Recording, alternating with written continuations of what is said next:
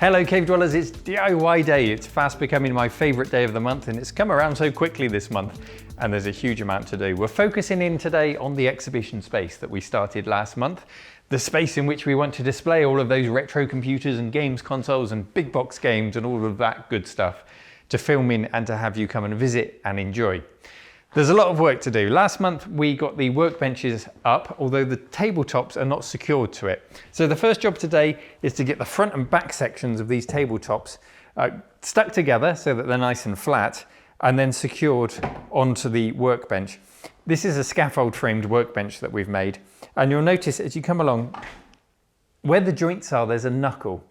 And the worktops are just sitting on that knuckle at the moment, so they're not enjoying the full support of the length of the scaffold pole.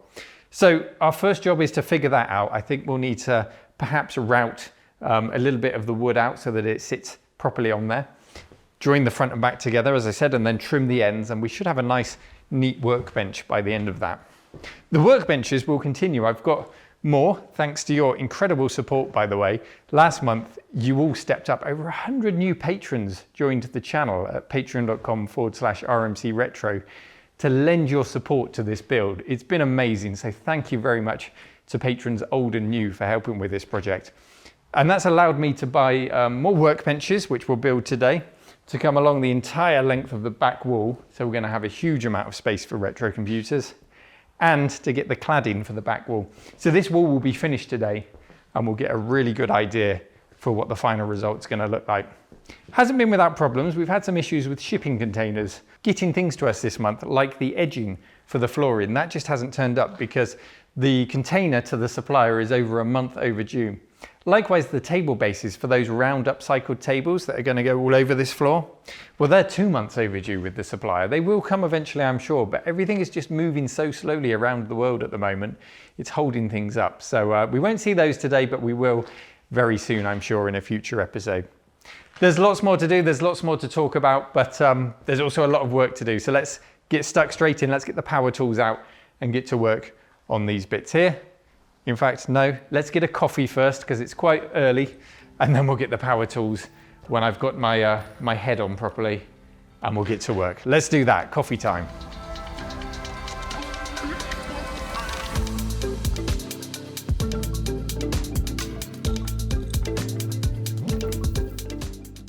And before we continue, I must say a quick thank you to PCBWay.com, our sponsor today, who not only offer PCB printing services, they now offer CNC and 3D printing services on their website, PCBWay.com. So not only can you get your PCB manufactured, you can get a 3D printed case to go with it and protect it, so you no longer have a card hanging out the back of your ZX Spectrum or your Commodore 64 that you're afraid might get knocked, might get shorted out, might get damaged. Get it all under one roof at PCBWay.com. We thank them for sponsoring us today and contributing towards the building of the cave here. And now let's roll our sleeves up and get on with the show. Fully caffeinated, more reclaimed wood is the order of the day for the storeroom wall. And this time it's this lovely weathered spruce with a silver sheen to it, which came off of an old barn. Unlike the last wall we built, it's got really cleanly cut edges, so we should have fewer gaps in the wall. And there are a range of widths, so I had to lay them all out to check that we have enough to cover the wall in the first place, and also that those strips of the same width are all grouped together nicely. And I got pretty excited seeing it all laid out like this on the floor. It's going to look really nice, it's going to look classy, it will be a lot more understated than the oranges and whites that we had on the other wall, but it's still something that you can appreciate visually, and a nice contrast for what will be sitting in front of it.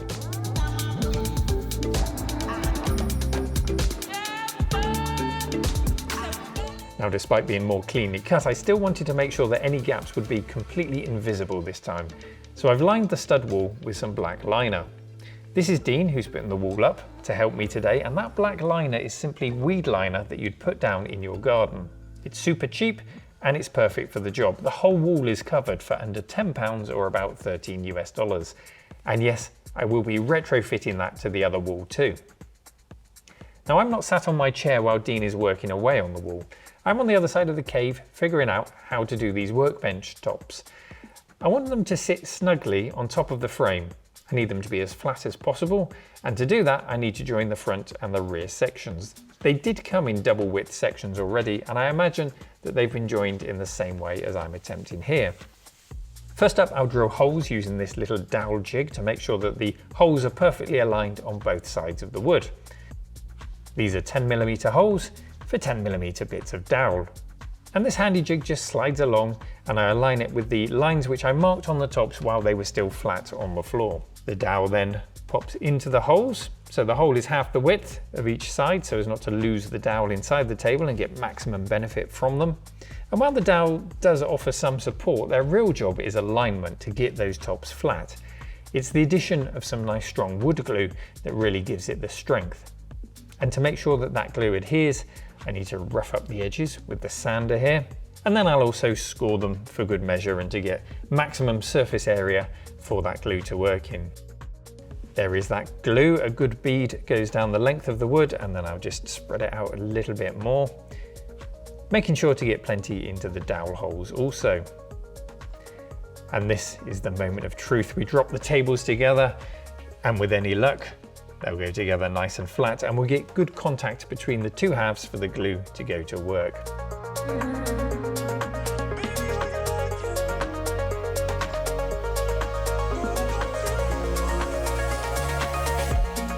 There's some of that glue oozing out of the gap there, so we know that it's squeezing the two halves together. And I've clamped those two halves together to keep the pressure on as much as possible while the glue dries. So far so good, and I've repeated that process across 5 tabletops to cover the whole area of the bench. How's that wall coming along, Dean?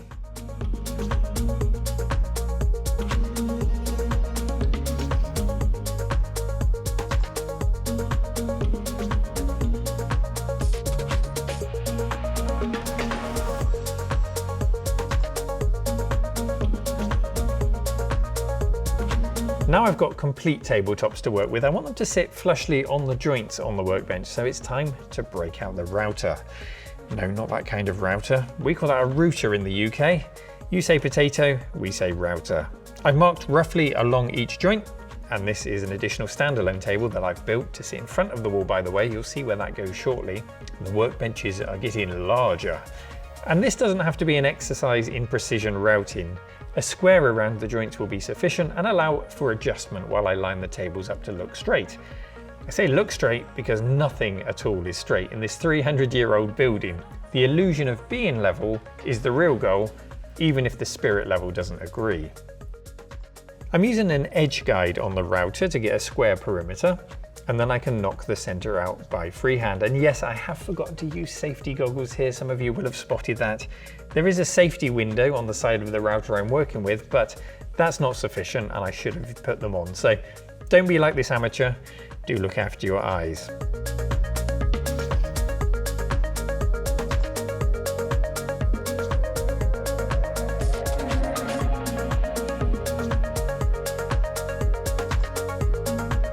Not bad, just another 14 holes to go.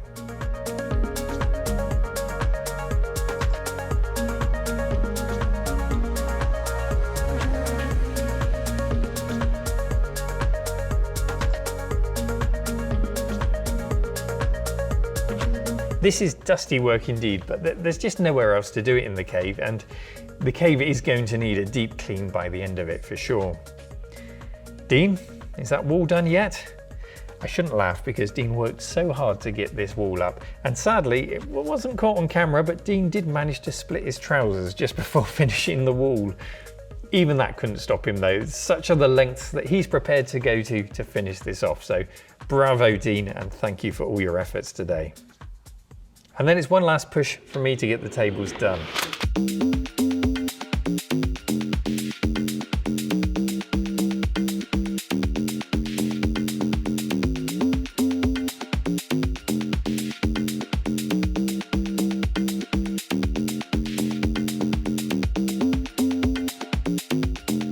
Routing complete, a few fine adjustments are needed to bring the corner pieces together while minimizing wood wastage. And those offcuts will be reused. I think some extra shelving perhaps would be a good use for them. So after all this work, I expect you want to see how it's all come together. Should we take a look?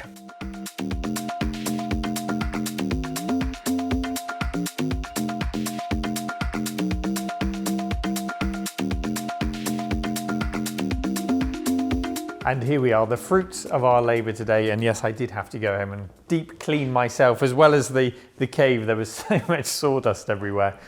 I think it looks great. We're far from finished, but we've come a hell of a long way since the start of this episode. This wall is just gorgeous. Every angle that I look at it from, I catch a different glimpse of the silver shimmer. It just looks really nice, and it's going to look even better when we've got the machines in front of it. We are at risk, I admit, at this point of looking a little bit like a pub. We've got to get the machines out to detract from that look. These round tables don't help. It looks like they've come out of a pub garden or something. But it will all be toned down and it'll all look good when we've got the contrast of the technology in front of it. Fingers crossed anyway, I hope it will. You'll notice on the wall, we've got a couple of shelves up. These are reclaimed scaffold boards, really nice. Put specifically at this height so that we can get, say, a desktop PC and a nice monitor, and then all the big box games, of which I've put a couple up here just to give you an idea of scale. So we can get all kinds of games associated with the machine that they're above, you know, so you can get that full nostalgia hit. You sit at a machine, you've got the games that were available for the machine, maybe some peripherals that you can plug in, all designed to be touched and used and grabbed and plugged in and all of that stuff. There's a glaring omission that we're missing at the moment, and that's obviously a door. I'm not going to leave this open. I still need to trim the black lining material around the door. What I'm going to do is I'm going to buy the cheapest door possible, and then I've got a load of offcuts, a big old box of offcuts from the wall. So we'll try and make a kind of an invisible door, and then we'll somehow try and make a feature of it. I don't know. Maybe we'll get a stencil and spray paint an R on it, or are we going to into the microbrewery territory there? We're going to end up looking like an independent pub or something. I don't know, maybe a neon sign. We'll see what it looks like when the machines are out, but we've got plenty of offcuts of wood. I just need to get a cheap door to put in the door frame here. So really pleased with how that wall's worked out. You'll notice the workbench has extended now. It's not just one length along the wall. We've got more along the corner here and then a separate one over here to really utilize as much space as possible. And these are solid because I've used these saddle clips. So these screw into the underside of the table and then really clamp them tight to the scaffold. The scaffold on which the tables are sitting flush now rather than the joints. So that goal has been achieved. This thing is not going anywhere. It's just solid, as solid as I could possibly have hoped for. We've even got the option to screw the feet into the floor. There's a wooden floor under that carpet, so we could screw them down. I don't think we need to. I don't know, maybe one or two screws at either end just to keep it in place. But yeah, I'm really happy with that. I think that's come out as well as I could possibly have hoped for. Now, there was a bit of a mistake from the supplier when I ordered these shelves. Let me get this piece of wood. These shelves are all reclaimed scaffold boards, which should be a thickness of 3 centimeters, so a nice chunky bit of wood. When they first turned up, I got these, which were 2 centimeters. Luckily, I measured them, otherwise they would have slipped past the radar. So I contacted the supplier and they said, oh, we've accidentally sent you the wrong boards. Keep hold of them, 3 of these, and we'll send you replacements. So I'm waiting for the replacement shelving to come, which is to go down here. And actually that mistake has really helped me with a bit of a problem that I had. This brick wall over here, it appears to be made of cheese. As soon as you put the drill in it just crumbles. It's an awful thing. And of course it's uneven. So I was really scratching my head as to how to get the brackets on there. I'm not really experienced enough to carefully and perfectly scribe a baton to sit on the wall, to work around the curves and get it on there nice and neatly. So the approach I took to get shelving up here was to use those boards that I was accidentally sent. And I've used some nice long screws. These are 85mm screws, I think they were, and huge long rule plugs to go in the wall with them. I've got those rule plugs in the wall, and then I've also filled those holes that I drilled with no more nails, which will just set hard around the rule plug, keep it in there nice and secure. And then I've put the board along the length of the wall and just driven those great big long screws in there. And those rule plugs are designed to take 50 kilograms. So they're really for putting big televisions on the wall, but for a few big box games on a shelf, that'd be perfect. And I have to think carefully about these things because when I'm having visitors here, the last thing I want is for somebody's last image to be Tomb Raider falling off a shelf or the shelf coming off and hitting them in the face. So I wanted to really anchor them to the wall. So I've got another one here. I'm just waiting for the filler to set in the holes there. I've got the raw plugs in, and then we'll get this one up. And then when that other shelving arrives, the shelving will continue nicely around the corner there. I'd love to spend another week working in here, progressing the cave, but I've got to get back to my normal videos, and I've got to sit back also and just take stock of what we've done and where we're going to go next, order the parts, wait for them to all come in. So it all takes time. And as I said at the start of the episode, I must say a huge thank you to you all for your support, not just in allowing these kind of episodes on the channel, because you could have just shunned them and said, we want to see computers, we don't want to see you building this. You seem to be enjoying it, so thank you so much for watching it. And of course, a special thank you to the patrons who are helping to fund this project. You've turned up in your hundreds, in your thousands now to help make this happen. And I hope you feel like you're getting value for money. Those of you who will be able to visit one day, even more so, or even if you can't, I hope you can see the potential of the videos that we can make in this area. And going back to my point of having to get machines out, because I don't want it to look like a pub for too long, I think this Friday, my next episode with Mark Fixes Stuff, I think what we're going to do is just go through the storeroom together, pull out machines and get machines out on display, because I also need to take stock of what kind of condition they're in. How many CRT monitors do I need? What bits are missing? What are we going to need in terms of power supplies to power them all? So I think it would be really beneficial to get them all out on display. And what better person to do that with than Mark? And we can share our memories of the machines. It's an exhibition space, so whatever we choose to put out is always going to change. It's designed to change, to rotate. We could have an Amiga month one month. We could have British micros another month. We could have rare exotic Japanese micros another month. But we'll just start with a mix. And of course, that gives me an opportunity to get things out of the storeroom, because I've still got that massive pile that you saw last month of boxes that need to go in there. So stop thinking about it now. There's still so much work to do, but we've progressed so much this week. So I'm really pleased. Until next month's DIY session, and until the next video, thank you as always for watching. If you haven't already, please like and subscribe to the channel, and I'll see you next time. Take care, everyone. Bye-bye.